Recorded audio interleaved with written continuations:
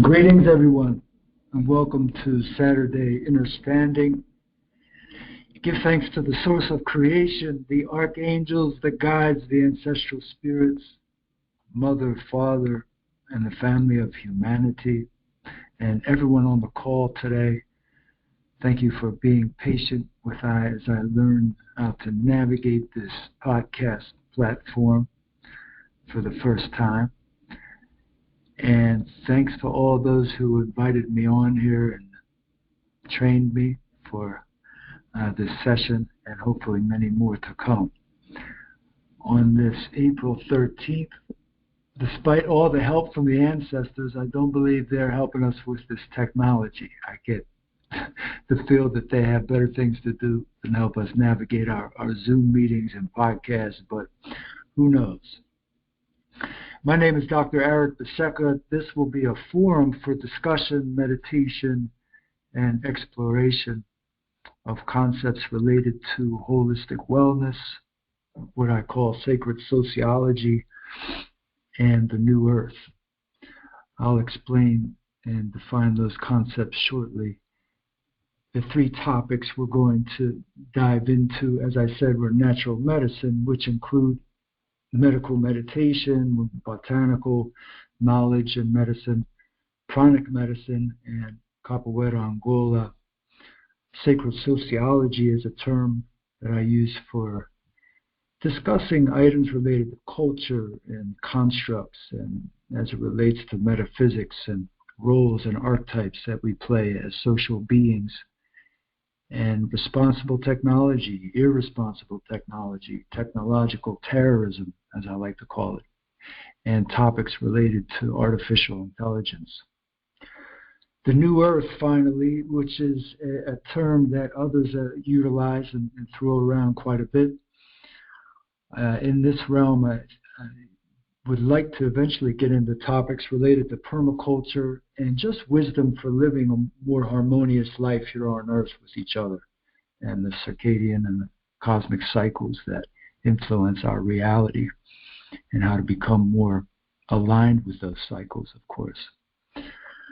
That's a lot to start with, so I'm just going to begin with a little about my role here, and we'll eventually move on to a guided meditation, and then a little topic, health-related, wellness-related topic that we can explore a bit.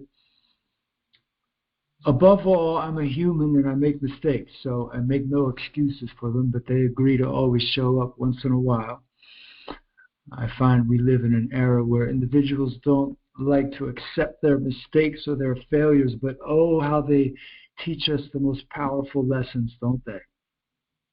More importantly, I seek to act and help others from the heart center, the cuore in Italian, where love and courage live, where we get the word courage from the core, as opposed to fear, which seems to pervade much in our world today.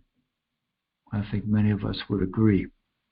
Although I'm a doctor, meaning that I have my doctorate in naturopathic medicine, my essence and understanding of the Creator within us is way more important to me than any title that I could adopt.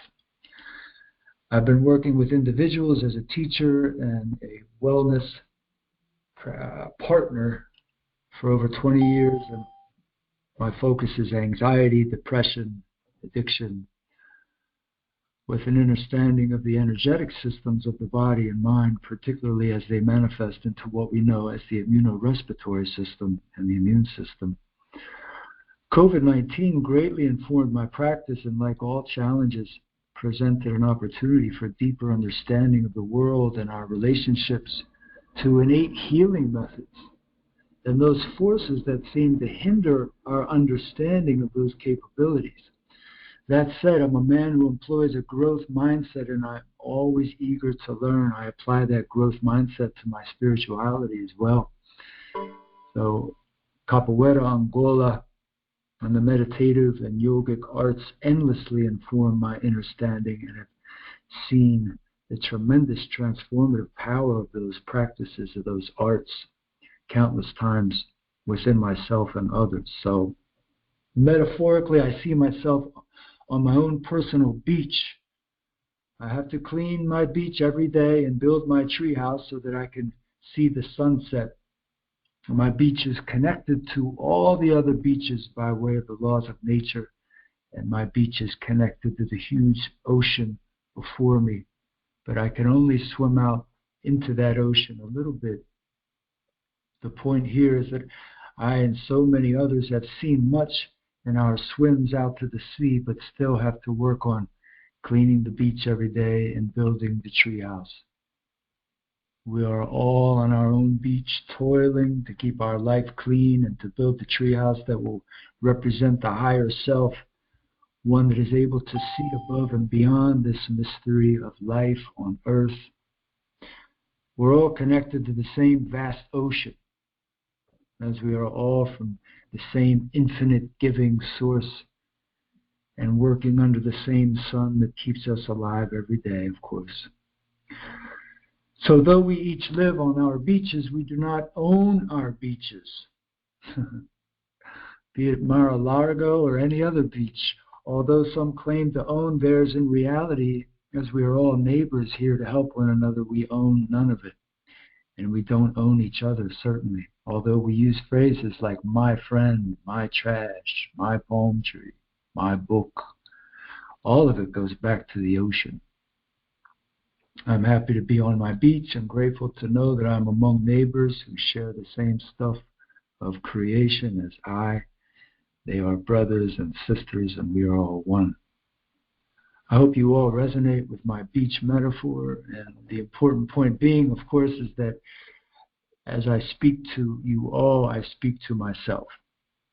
I ask for strength and wisdom to use the proper language so that I can convey simple and important truths or messages and channel those messages properly, and allow for all of us to discover aspects of our spirit that take us all more toward an authentic being and the depths of consciousness.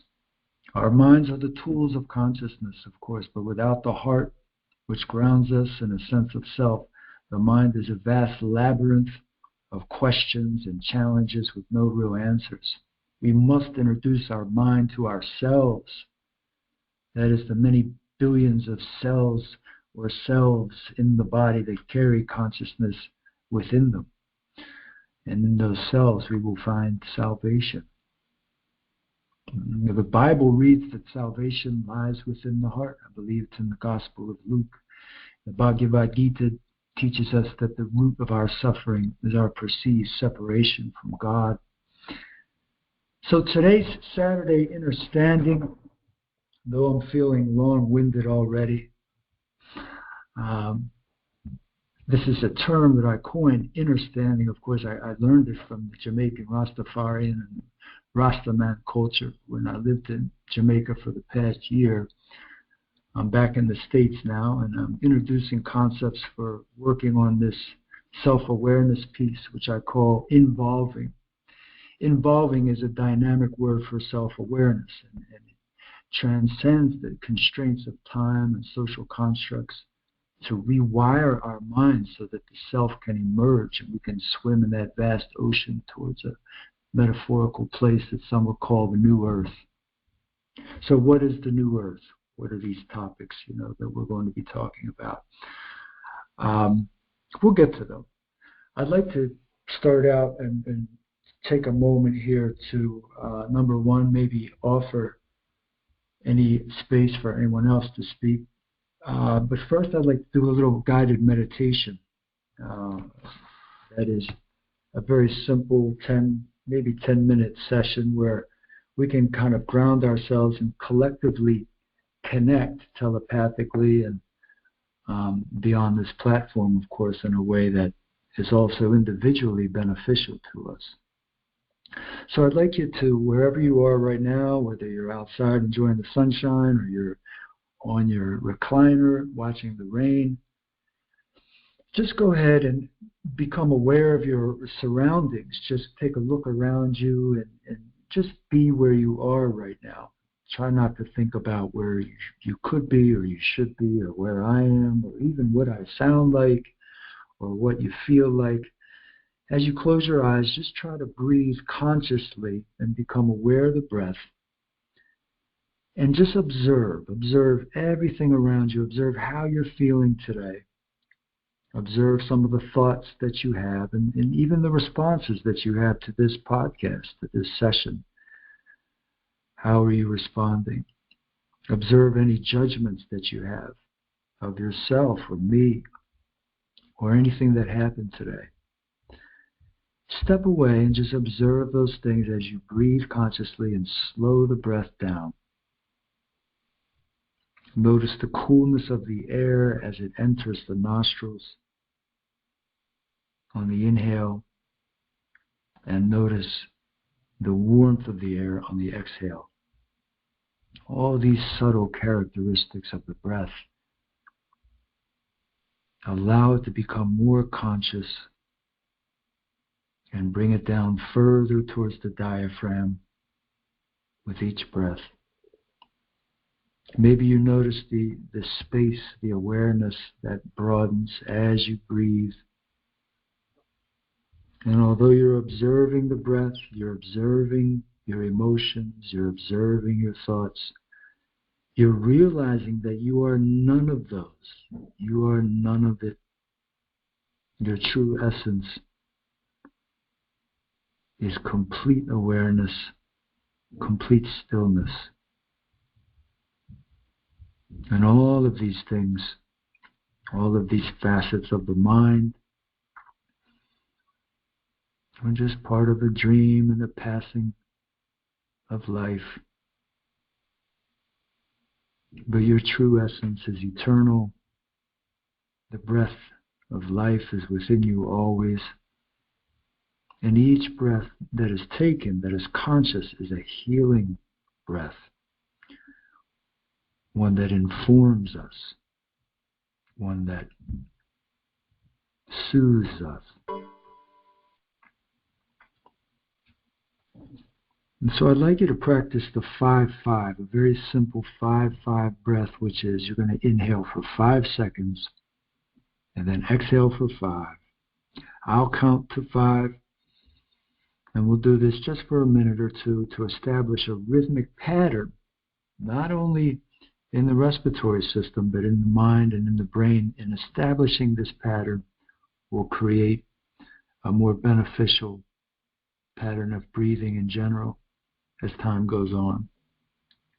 So begin with a natural exhale, as you would.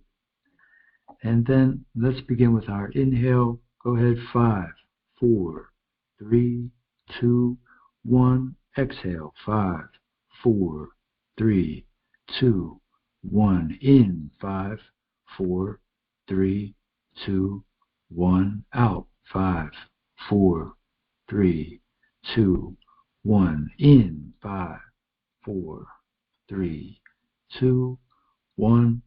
Out, 5, 4, 3, 2, 1. In, 5, 4, 3, 2, 1.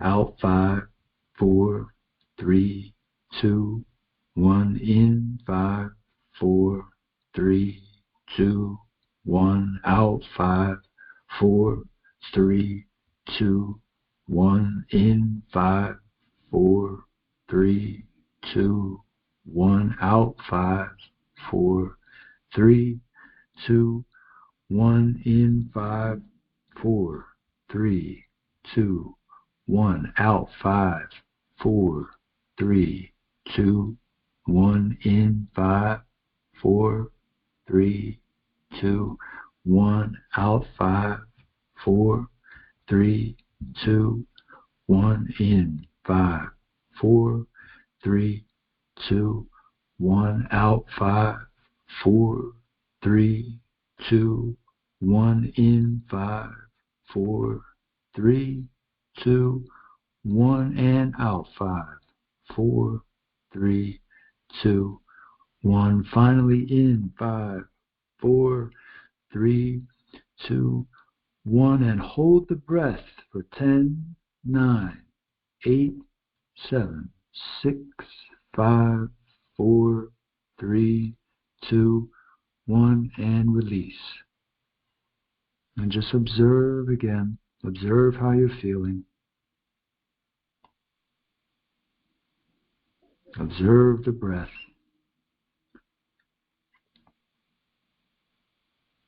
Maybe you've noticed a little more expansion, a little more awareness, a deeper awareness within your body. Keeping that awareness in the body. As the breath assuages you, it soothes you, it informs you. The breath brings us everything that we need. Everything that we need to know. Everything that we need to nurture ourselves. Within it is what we call prana, the magic of the life force that comes direct from creation.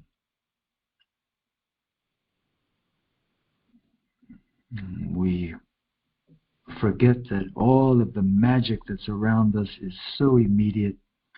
It's very accessible. All it is one conscious breath away. And now we're breathing consciously, and we're feeling that magic. We're feeling and filling ourselves with that awareness that is eternal. There is no space, there is no time, there is no need. There's only the eternal awareness and the life force that is within us. This life force is all healing, all knowing, all providing.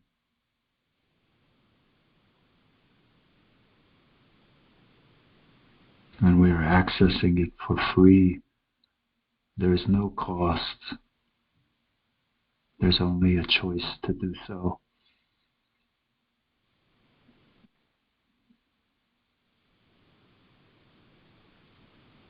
I hope you all enjoyed that very brief session, and I will certainly be continuing, probably expanding a little bit on the guided meditation for every Saturday in the standing session that we have here. For purposes today, maybe we'll come back to a little similar meditation towards the end. I utilized the counting and the breathing patterns in numbers because this is the way that the mind-body matrix responds and changes. A lot of us wonder, how can I change my mind? How can I change my behavior, my addiction, my sometimes depressing feelings and this and that? Well, a lot of times it has to do with just reprogramming and rewiring our brain voluntarily through these types of breathing exercises that literally, geometrically, mathematically build the brain in a different way, build different neural patterns and different forms of gray matter in the physical brain. And they create chemical changes and voluntary reactions in the system that do change our thoughts. And of course, then change our mindset and our reality. So these breathing exercises, whether they're 5-5 or 7-1-7 or the Boydico breath, 4-7-8, there's various ones that, if done and practiced on a regular basis, they are brain-changing and game-changing, life-changing exercises. And they need be done very long, anywhere from 3 to 10 minutes to 20 minutes is just monumental, fundamental for changing the mind. Where do we get the time, right? I hope you all enjoyed the session. I'd like to maybe open up the lines here briefly before we discuss our topic for the day, our wellness topic. And check in with all of you if anybody has any responses or anything to say or anything they'd like to add about the meditation or anything that I brought up prior to this. So it's good to see some of you on the line. And I want to open it up to say hi. Brother Eric. Yes, sir. Brother Forrest, how you doing, brother? Good, brother. How are you, Forrest? Good to hear you. I'm doing great. I just tuned in maybe about 4 or 5 minutes ago. Just dinged in. I got guests coming on behind you. Ladies of Sky, call me if you need someone to talk to. Nickel and a dime. They had 10 big hits. So not that I'm advertising my show, because usually we have to advertise the next show anyway. But I was just on the phone with the manager and the lady, make sure they're in place. They called me at the last minute because I was going to ding in on time. But I felt the spirit, brother, when I tuned in. So I'm gonna make comment for the second part of your presentation. But I just want to let you know I'm on. I'm supporting you. And congratulations, brother, and many, many more good shows up here. That's all I want to say for now, Brother Eric. Well, it is well. And Forrest, I want to personally reach out to you and send vibes and energy your way. Without you, I wouldn't have this opportunity. You're the one that reached out to me and saw that this had potential. And so I'm very grateful to have you and Dr. Ali, who helped facilitated this. It's a wonderful opportunity, one that I probably wouldn't take to had you presented it. So I pray that it goes well, and I send many blessings your way. As long as you're up here, brother, you can't miss. You always will do well. That's all I need to say. So I'm going to put myself on mute and promise you I'll comment on part 2 because I'm listening now. Ashe. Thank you, brother. Ashe, brother.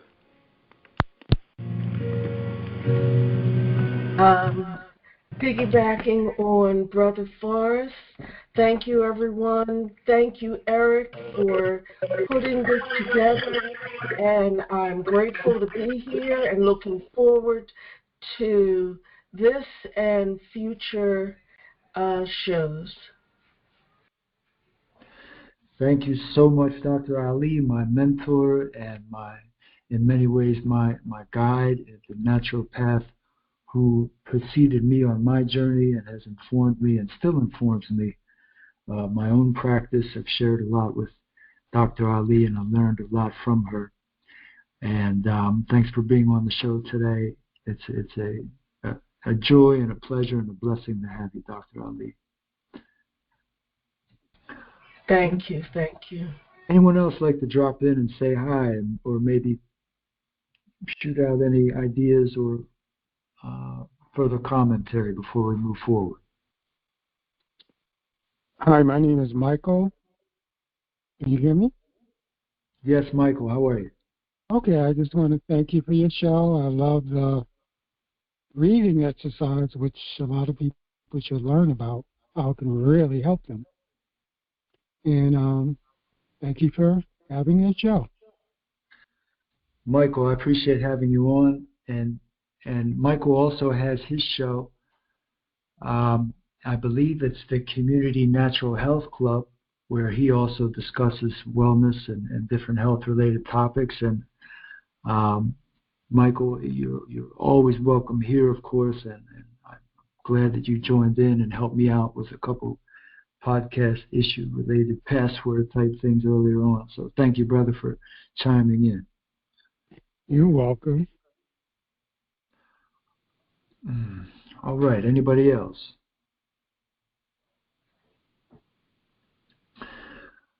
Okay, great. Well, I'd like to first introduce. I said to myself, where can one possibly start here with when you talk about the world and wellness and these topics that we want to address?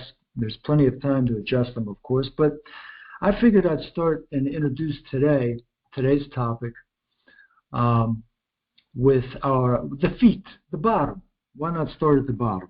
Right? We're always starting from the top. We're always looking up and thinking that the top is the best, but many of us know that you have to get down before you get up. So I'm going to focus on the feet today and talk about those poor souls at the bottom of it all who get the silent treatment and get stepped on more than any other body part. Did you know your feet have more acupressure points than any other extremity on your body? This is a portal. The foot is an energetic portal not only a connection to the Mother Earth that we walk on, especially when we take and remove our rubber soles in our socks and we ground ourselves and walk on the soil, this very important portal and receptor of energy, a receptor of ions, if you will, and other energetic forms of energy, so often is kind of ignored, isn't it? And we just strap up our laces and move on with the day and don't pay any attention or any mind to the feet. Are we familiar with the benefits of soaking the feet, right?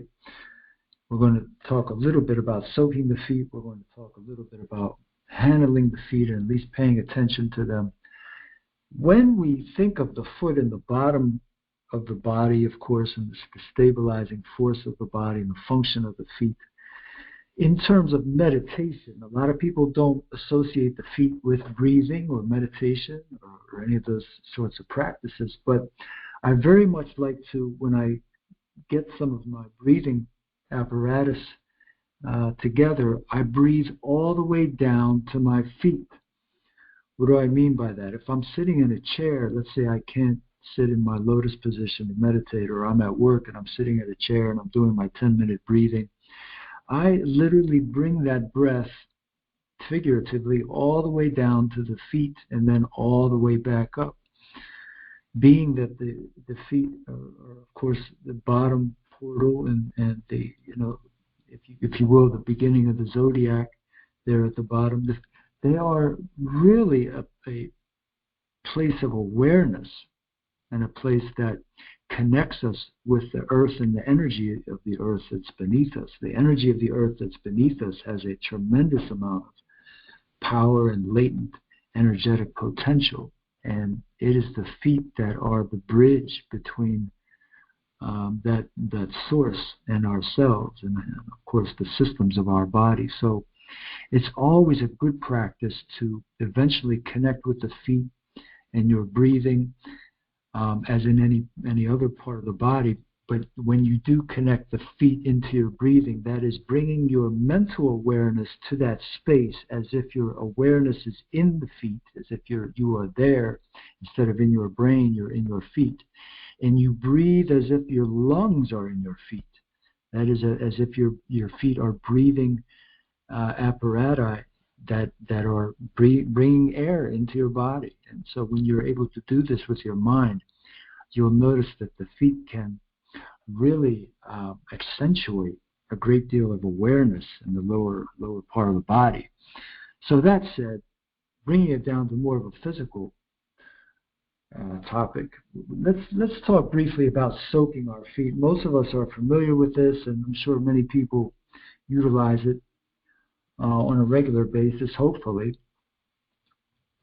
How about, let's start with the benefits of soaking the feet, which are just really innumerous. I mean, you really couldn't even begin to tally this list. But let's start with blood pressure, which is a big one. And of course, a lot of people are dealing with high blood pressure issues. One of the big studies that has, highlighted this soaking the feet, and of course the National Institute of Health has studies on just about every health practice, but there was one that stood out recently with where the standard deviation of the SBP, which is your systolic blood pressure, that one that's over the DBP, which is at the bottom, found that by soaking the feet, just merely in warm water and Epsom salt, that the phase dropped from 157 on the top to 88, which is tremendous, of course. I mean, we're talking about almost a 70-point drop on the systolic there, and then on the bottom it dropped down 76.9 points itself. So the point being is that the blood pressure, if you're dealing with high blood pressure, soaking the feet is one of the best practices that you can employ, because of course you're getting the circulation going, you're cleaning the blood, and you're opening up those energetic and arterial pathways. How about better sleep? That's probably one of the top 5 when it comes down to benefits with the feet. Another study found that sleep latency and total sleep duration were vastly increased with a group of 22 who soaked their feet over a period of 2 weeks. So the list goes on from reducing aches and pains, which a lot of us have, to boosting the immune system. Many of us don't have the time or the wherewithal to make a bath, but a foot soak can be just as beneficial and soothing, really, as well. A lot of times we're sitting there at night and watching TV or doing something on YouTube, and it's just a matter of having maybe some sort of pan, or what they used to call the bed pan. That was for something else, but anything that you have where you could just fill up some warm water and add some Epsom salt. I'll give you my own personal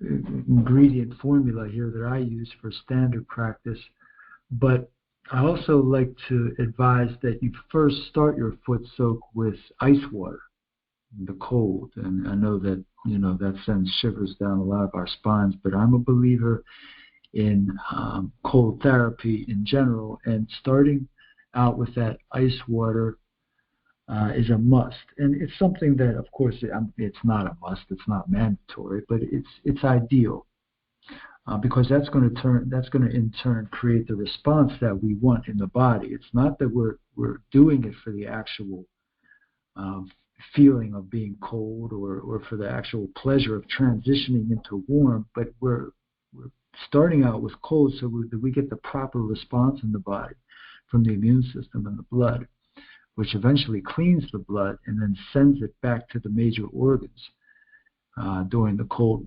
water phase. So you start out with maybe a minute or 2 or 3 in the ice water, and yes, it bites you at first, but you have to hang in there, like I said, for about 2 minutes or so, and then you switch to warm, and you could do that, of course, not right to hot, but you switch to kind of a lukewarm water, and maybe add in a little, have your tea kettle there, and add in the hot water as you can manage it. So my particular formula is adding 4 drops of lavender essential oil, of course, and 2 drops of tea tree oil or peppermint. And then those two, the tea tree and the peppermint, help clean the blood. And you can add Epsom salt for a deeper energetic and a muscular, cleanse, in fact, and relaxing the muscles, of course. So you ideally would soak for 15 or 20 minutes.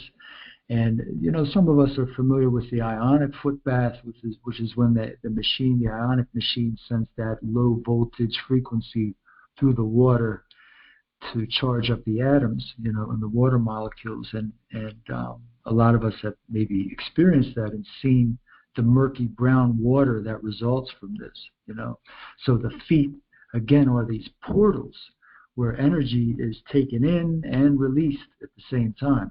A lot of doctors, and of course we'll get into talking about the medical field and the medical perspective, but they don't give credence to some of this murky brown water that ends up, as a result, leaving the body representing toxins. But most of those toxins are coming from the liver. And that's how powerful this foot soak can be, that it will just trigger toxins to be released from the liver and find their way out of the body into the water that our feet are in.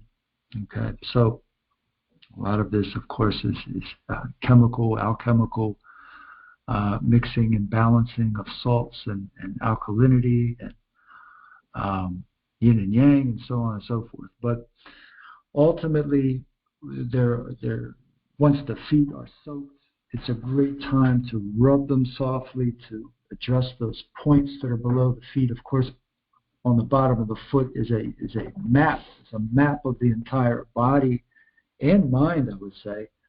And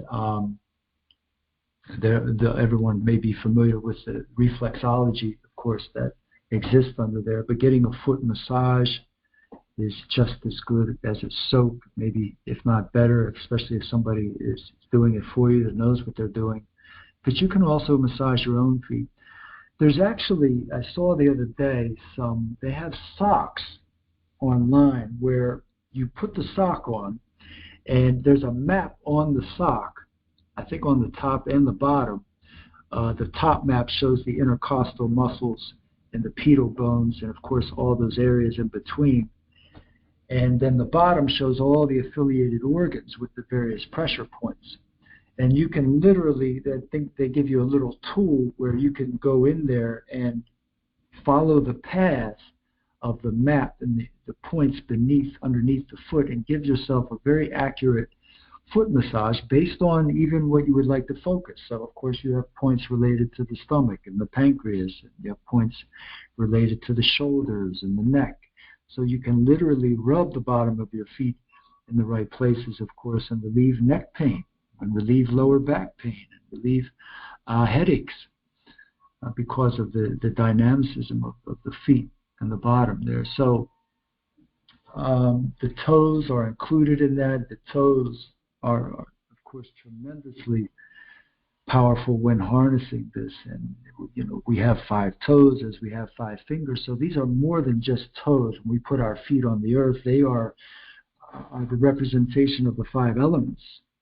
Our big toe being our ether, of course, and then the fire and air and water, and then earth element. Subsequently, when you go down to the smallest toe, and just like the smallest finger. So those extremities and the toes at the bottom, when you rub them on the sides and when you press them in the middle, and of course create friction in certain areas of the intercostal bones between, those bones that are in the feet, the top of the feet. This all has a tremendous effect on the body. And when stimulated with pressure, hot, cold, or friction, it relieves the body of stored emotions.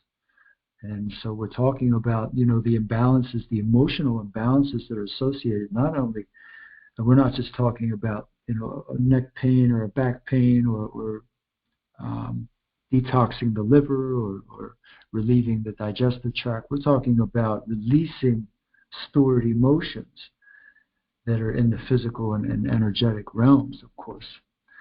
So the foot soak and paying attention to the feet is not a recent practice, of course. Nothing really is. That people, our indigenous ancestors and ancient peoples had many practices for taking care of the feet, and some of those practices were even related to burying. I've heard of some tribes in Central America that would bury their feet for a period of time in the soil to bring about, healing and energetic change in the body, because the feet are so sensitive and so in tune with the earth and all of the minerals that are beneath us. And there are certain subtle connections with those minerals and with the energetic forces, the ions that the earth is giving up. So in science we call them ions, but we're talking about endless receptors and pathways of energy. It's almost like mushrooms and mycelium, and all of these networks of information, that are passed through, that once the foot is grounded in that soil, in that earth, those connections can happen. They can.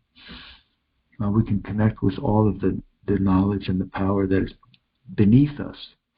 So many oftentimes we look to the sky, and of course we pray to the sky, and we wonder in the sky, but the universe is below us as well as above us, I would say. And from my own practice of capoeira, Angola, and martial arts, we learned that very quickly, that our base, our power, our reference point, and our resource is very much always at the bottom and beneath us, in the ground. Our ancestors are there, certainly. So that's to be noted. So one caution on the foot soak: if you have any open sores, you want to avoid the foot soak, of course. And also with a pacemaker, that that charge that occurs from the heat of the feet can be very powerful. So you have to watch if there's any heart conditions, such as having a pacemaker or any neuropathic diabetes, anything that's along the lines that would the kidneys or the heart would be very sensitive to. But otherwise, the foot soaks are wonderful to do. You can almost do them, I would say, every other day, based on my opinion, of course. But much more probably than most of us, including myself, partake. So that's our kind of well exploration today, I'd like to call it. And without going on and on, there's a lot there. But I want to open up the airways here for a second for anyone who would like to chime in with questions or comments or maybe further exploration. What do you guys think? Well, I would like to chime in. I'm glad you referenced foot reflexology because it was something we studied. But one thing people are not aware of is that every area of the body, every organ, every area of the body maps to the feet. So when a person is experiencing either a foot massage or a foot cleansing, they're not just cleansing the feet, they're actually also relieving and releasing the area in which the debris, imbalances, however you want to call them, are present. And I find for myself when I get massages once a month, and I didn't even have to tell the massage therapist to really emphasize my feet. She just does it. And I'm grateful for that because she knows exactly where she needs to go, where she needs to hit, and she hits the right places, and I'm grateful that she's got that. Also, I'm now that the cold water, I'm going to be honest with you, the cold water took me a bit to get used to, and I'm going to be honest with you, it's not something that I can really wrap myself around. And I say that only because as the weather gets warmer, I find myself putting my feet on the ground, on land, on grass, as the weather becomes warmer. When it's colder,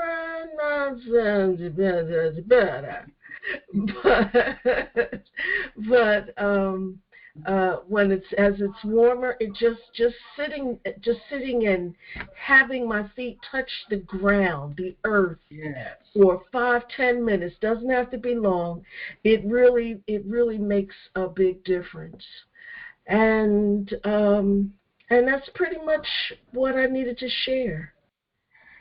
Thank you very much, Doc. Of course, I don't know if you've ever experienced the ionic machine and the voltage before, if you've ever seen that. I'm sure you have. Yes, I have. Yes. And that's also on point, yes. Yeah, a lot of medical doctors, they don't really give any credence to it, and I've seen a lot of criticism of it. But nobody can deny the murky brown water that, reveals some debris, as you call it, or toxins that are, I believe, coming from the liver for the most part, and probably the kidneys as well. Do you know anything as far as where, the nature of that material, or why it's that color, or even why doctors might not subscribe to it? Well, mainstream medicine, they're not going to, only because their training and their focus is in a different direction. And that's just how they are, not just with foot health, but anything else, in that they look for the diagnosis so that they can prescribe medications. That's just how they're set up. Yeah. But the foot baths, absolutely. The ionic foot bath, absolutely. And they're not hard to find. You just Google foot bath, foot cleansing baths, and they're relatively affordable, anywhere from, I've seen them like $50, $75. And it's just a matter of having the information and having it available for people. So yeah, they definitely work. Thanks, Doc. I wanted to just pass on to everybody a little method that I do. If you do get a chance to get in the tub and you can actually take a bath, of course, and have the whole body immersed, you can give yourself a really amazing foot massage by, of course, laying on your back and then bringing the knee into the chest. Not anything too strenuous, but as you bring the knee into the chest, you take both of your hands and wrap them around the two sides of the feet. So therefore, you have the tips of your fingers on the bottom of the feet. You have 8 tips of 8 fingers, excluding the thumbs, on the bottom of the feet. So you can literally run those fingers diagonally and vertically and horizontally and in circles around the bottom of the feet. And so you're touching all of those areas. And the best part about it is that the foot is now loose because you were soaking it in the warm water. And those receptors, those muscles, of course, and all the bones and the cartilage down there is soft. So you're going to be able to really do a lot of stimulation down there when you're in the tub. So, you can think about that one, and also with soaking the feet in general without using the tub, without taking a full body bath. You could soak the feet and then cross your legs, pull your ankle up on your thigh, as if you're crossing your legs sitting in the chair, and then do something similar. But rubbing your feet every day was something that the elders, really, my grandfather was Sicilian. He was from Sicily, and he employed a lot of these kind of peasant practices that they had passed down. They were, they were illiterate, and many of them didn't know much about health in general or in any educated way. But ancestrally, they rubbed their feet. They rubbed oil on their feet every day, when they could, and rubbed oil on their bodies and had these sorts of practices. But I remember my grandfather rubbing his feet and putting them in salt water, and a lot of times they didn't know why exactly or scientifically they were doing it, but it was just an ancient practice that had been handed down. So the bottoms of the feet are, of course, if you want to pull up the map, the reflexology, a lot of people don't realize, and a lot of the reflexology charts and maps and pictures don't show us the toes. They show what's on the bottom of the foot proper, of course, but they don't reveal much about the toes. And I would tell you right now that the points of the toes, that is, if you were to press the nail and then the bottom together, when you go up and down those toes, stimulate the brain, and they help heal the brain and create gray matter in the brain. And from what I've even experienced on my own doing this, you see a lot more stimulation in memory and thought, creative thinking, I believe, and there's also, of course, some Chinese and Ayurvedic traditions that show this and then have informed me about it so that I do it. But especially that big toe, the ether, of course, the element ether, which is on both sides, that tip of that toe, the top of that toe, as if you were to press down on the top of that toe, is very stimulating for the brain and for cognitive power and cognitive function. So just a tidbit there for you. And then the toes themselves are excellent for sinus relief and immune system, respiratory system. All those points along the toes can actually grab the toe from the sides and pull it out a little bit and bend it towards you. Almost, of course, that's down dog in yoga, right? When you do yoga, when you do down dog, you're bending those toes up towards your head, your brain, and pulling those to stimulate the sinuses and other points in the lungs and immunorespiratory system. So just some things to keep in mind. And then when that top ridge of the foot that you can run your fingers across, that kind of houses the toes or has the foundation for the toes, that ridge there is a very, very powerful point.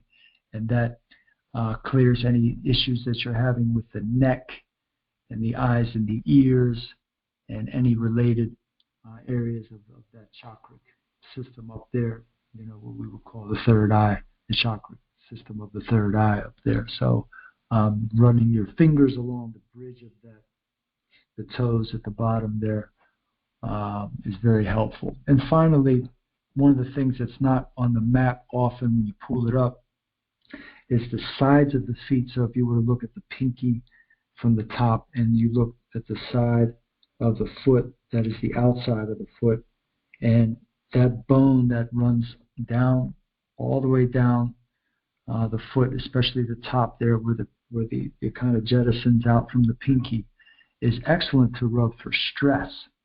Right? Particularly, there's a great connection there to the spleen, from what I understand, and the adrenal glands and the diaphragm, and it's very good for managing and helping out with stress. So sometimes maybe if you're just sitting there and you rub those areas of the feet, they can be beneficial. Of course, you can always look up the reflexology for the rest of them. But I hope you guys enjoyed that little segment on the feet. And of course, I'm always here for a follow-up. And if you're interested in any more, I don't want to overdo it, of course. And I'm getting used to the time frame here. So I'm going to move on into the last segment.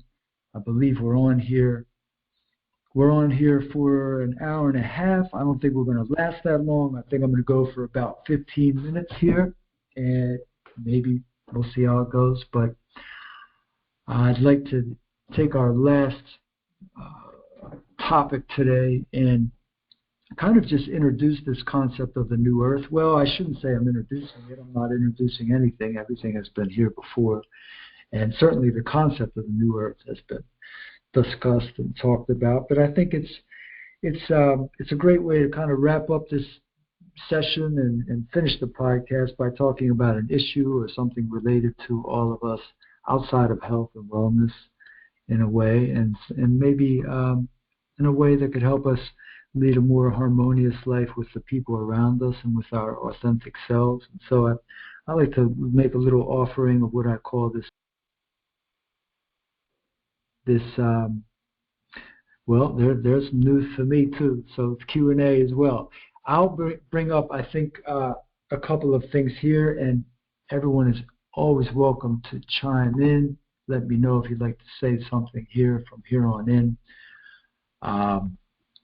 I'm going to just bring up the idea, and like I said, we're going to delve into topics related to constructs and technology and social media and transhumanism and these sorts of things during this part of the segment in the future. And although I pose as no expert to any of this at all, I value your contributions, of course. And of course, that's going to allow us to learn more from each other. But I certainly have my own degree of worth and value in these things and my own experience. So I myself being what I call a spirit scientist, but I'm more of a facilitator and a guide, for myself and others. And there's so much going on around us and within us, of course, that the topics here are endless for us. I'm a promoter of balance. So I think that needs to be said, and balance is something that at the end of the day really guides me, in my decisions. And from what I see, it's very much tied to why we're here, what we're here to learn about. We're here to learn about balance and imbalance. And so when we think about the things that make us human, the things that make us feel a connection to God, the things that make us feel adequate or inadequate, those things really are much related to balance. Just like science and spirit, when we talk about being a spirit scientist, We're talking about the balance that refers to a scientist maybe having no spirit or no soulful attachment, and therefore the science that has no spiritual foundation maybe has no soul, and is something that can be very dangerous in this world. And of course, the spiritualist or let's say the person on the other end of the spectrum, without grounding their work in science or without grounding their understanding of the universe, the omniverse, or the innerverse with science or some scientific method of understanding or platform, then that spirituality has no groundation, it has no structure. So again, balance comes in and informs us that is something of a reference point for us. So at the end of the day, that's something that I'm all about. And I think that would lead me into my last segment here, which is about the new earth and what I would conceive as this time period that's to come and time period that we're currently immersed in, that allows us to really question and dive deeper and take a deeper look at the nature of reality and all things that are going on around us. Of course, what's going on around us is a mirror of what's going on within us. And the great, of course, pillar of wisdom handed down from the teachings of Jehuti and the masters before us, as within is without, as above is below, and as below is above, etc. All things are one, and of course there is only oneness. But in this reality, the game of 3D, this universe, reality is presented as dualistic. And so balance becomes very important when we talk about dualism and looking at both sides of things, if you will. But that illusion of separateness, of course, is sometimes confusing if we don't totally understand this world, this reality of dualism. And I and you, us and them, good and bad, day and night. Our culture supports this and propagates winners and losers, black, white, right? The universe is not a place in essence. It's not a place that we're living or a place that we go to. The universe is something that we are. Okay, it's a dimension that we exist within. And so in this dimension, we have this dualistic effect, right? So we could argue that the earth itself is not a place. At the same time, it's a frequency, just as we are a frequency. We exist within a frequency. As soon as our body passes away, our vessel goes back into the earth, our frequency carries on, and that is really our essence. Okay, and we connect with each other, although we think that we meet somebody on the street or we connect with somebody online, and it's kind of like, just bouncing ants off of each other, and we just happen to come across somebody. It's really our frequencies that draw us together and are very calculated when it comes down to it based on those similarities. And what is frequency? It's sound, of course, right? The sun, speaking of the planetary bodies, the sun is the source of our sound. And many have known this. This, of course, comes from the African traditions, going way back to the Kemetic days and the teachings of the sun, which were very esoteric and very secretive. And there were initiates and rites that were taken for people to actually better understand the sun and what it was. And this is where we get the word sound, som, song. And the sun, we believe, is this ball of light and fire and gas in the sky, of course, in the cosmos, but it is the source of our sound. It is the source of our verse, right? That's why we call this the universe, the omniverse. The verse is the sound that we're in, the frequency that we're in. So our verse and others in this omniverse functions as an expression of the 5 elemental forces, the ones that we know here. In this duality, there are 5 elemental sources, and those were recognized by our ancestors, all of our ancestors. not just in Africa or South America or Europe. Everywhere around the world, these elemental forces were known intimately at one time as people understood these. And it wasn't just through shamanic practice or certain, priestly practices, but this is the way that people lived their lives in accordance to these 5 elemental sources, which represented the 5 directions, the 5 seasons, 4, if you will, 5 or 4, depending on what tradition you're looking at. So this is the nature of our reality, and I'm just going kind of through this stuff because it's really a foundation of my paradigm. If people are going to be, if individuals are going to be joining us every week, I just feel that it's important to kind of get this out there, and so that you all understand how I see reality, basically, if that makes sense. So everything that we are and we experience is a combination of physical and metaphysical manifestations of these elements in this reality, interacting with each other and changing in cycles. Of course, the life of the sun, the life of the earth, and the life of all of us and all living things in these domains is defined by cycles and these elements. And so the history of the earth, when we're getting back to the new earth concept, what is this? The history of the earth has occurred in massive cycles, reflecting the character of these elements, right? So we're presently in this age of fire, if you will, the Kali Yuga, as the Vedic tradition calls it, the time period in which the sun is the furthest away from the sister star, known as Sirius. The Kemetics and others knew very much about this star, the Dogon in West Africa as well. And so the sun is the masculine aspect, and Sirius is the feminine aspect, and this gives us this duality that we have in our universe. Right? But it's understood that these 2 aspects are essential to understand. And so this age of fire that we're in elementally reflects a time period of distance from Sirius, and Sirius being our sister star. Right now, our sun is furthest away from Sirius as it ever is in its 24,000-year cycle. There's larger cycles that are 1.2 million years, but this one that we're entering and leaving right now is one of the larger cycles. And so fire, being the element of both creation and destruction, is a dominant theme right now, collectively speaking.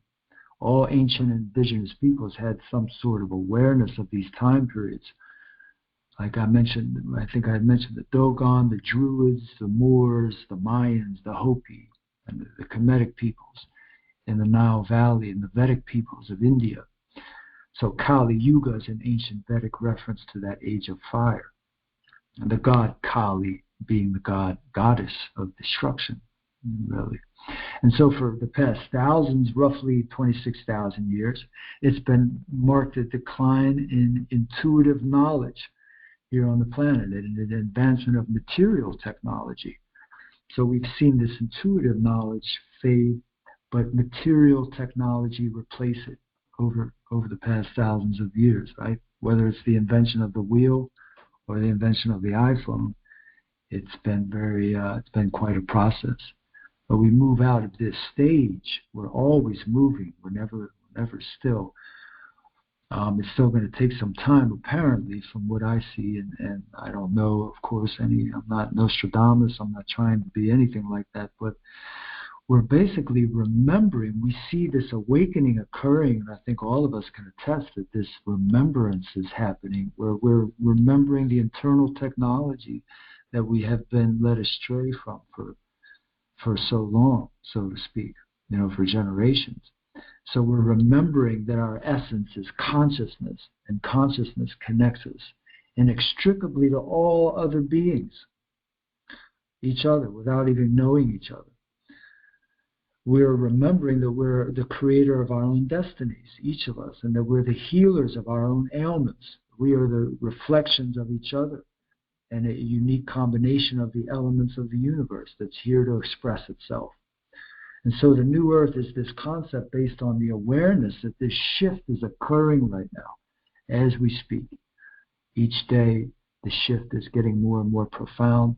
Some link it to all the weather changes and the patterns on Earth. That's a very, complex realm of topics, which maybe we can dive into some of that as time goes on. But we're shifting into what is coming.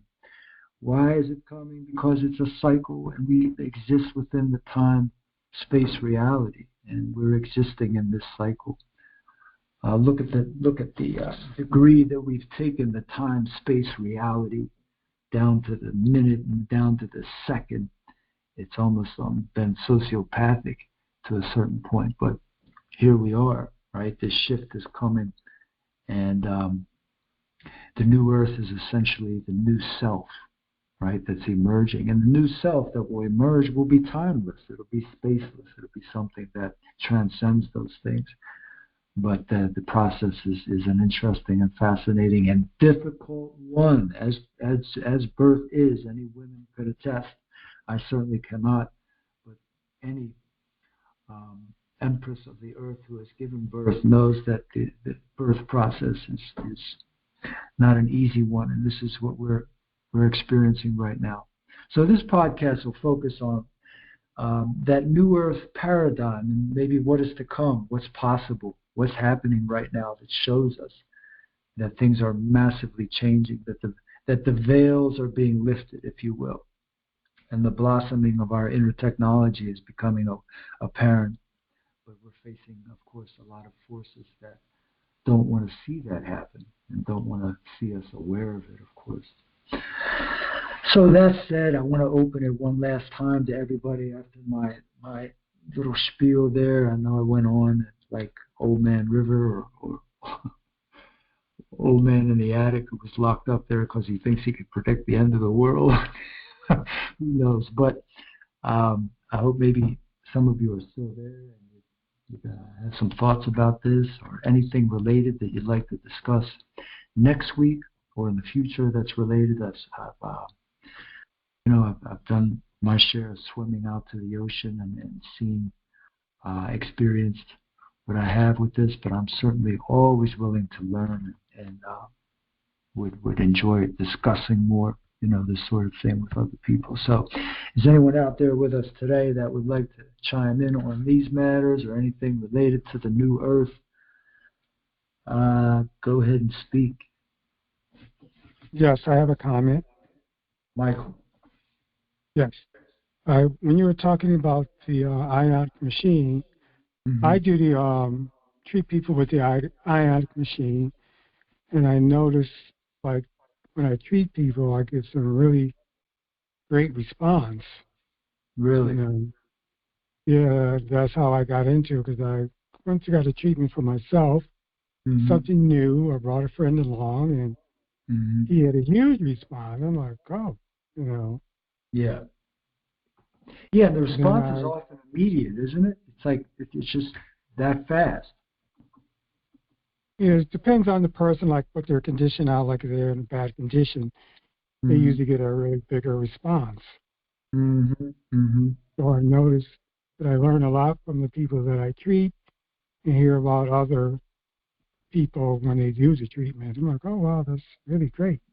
Yeah, yeah. Do you see that the water changing colors, Michael, and actual toxins coming out of the system? Yes. A lot of people colors are the same. And then I remember I started doing more research, and I went on YouTube and I saw this couple of news channels did a story on it and said, is this fake or whatever? So their conclusion was it was fake. But I noticed, I think I watched 3 or 4 YouTube channels like that where the news were reporting it. But there's one thing they didn't do. They didn't ask the patient, why did you get it? Yeah. And from what I heard from the people that did it with me, they told me their testimonial. I'm like, oh, wow, so that news report, they didn't ask the clients. Wow. Why did they do it? A common mistake.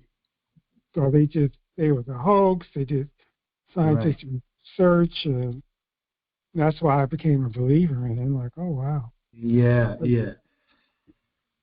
Well, I'm glad you brought it up because, often there's these connections with they come in with a lot of different explanations where the organic matter in the water is reacting with the lead content or decaying plant material, or rust particles. Everything's reacting, and it just really doesn't make sense when you come down to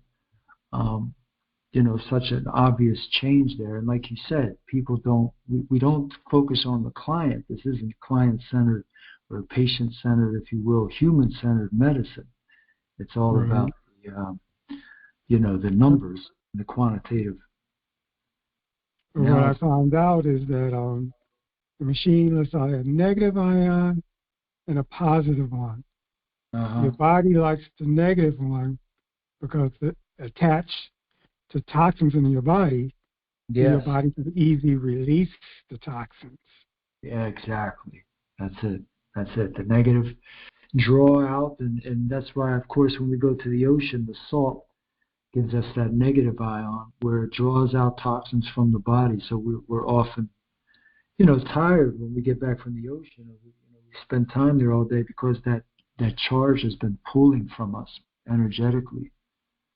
And that's how they discovered the machine. Somebody discovered, like, why do people go to certain beaches? And they always say they feel so good and refreshed. So somebody studied it. Yeah. Said the negative ions and the positive ones. The body likes the negatives. Yeah, definitely. Nice. And then when you go to the river, let's say, the fresh water, if you will, and that it's more of a positive ion. From what I've seen, the charge is a little different, and it's not so much of a removing of toxins, but of an energizing, for the most part, from the fresh water. So it's just fascinating. Yes, because when you go to the ocean, you have the sun, which is electricity, shines on the ocean, which is salt. Yes. So electricity and salt. We are salt. So once you get in the ocean, you're connecting with that negative energy. Oh, man. I wish I was there right now. They said it only happens to certain beaches all over the world. It's very intense. Okay. Right. And people will go to these beaches all the time. Oh, I feel so great. Yeah, probably the Caribbean, right? Where I'm not sure, but they said it's several all over the world. Yeah, I'm sure. There's some portals. Well, that's a great point, and I appreciate it, Mike. And I'll tell you what, we might end it right there. I'd want to maybe reach out to anybody else who wants to say anything else, but we're on the ocean right now looking out at the sun. Does anyone else have any comments or questions? Okay, great. Well, I think we'll leave it on the beach for the day. And I'm satisfied. I know I did a lot of talking today, but I really want to invite you all back for our next session. I'm going to try to be on here every week for our Saturday Understanding. Like I said, we'll do a little meditation, do a little discussion and exploration into these topics. And I'm very grateful to have you all on here today and sharing everything. So I wish you all a wonderful week. And feel free to join in and spread the word. Bring a friend along next time, and bring up anything you'd like to talk about as well. We have one pending question here. Let me see, where are we going? In the chat, let's see. All right, no, I think that's about it. I don't see any other questions. So we're going to end this session with many thanks, many blessings, and much a positive outlook for the future here, and head to the sky for all of you, and head down to the feet. Remember, don't forget about those feet at the bottom where it all starts, okay? So I wish you all blessings and ashe and peace. Until next time, harmony as well.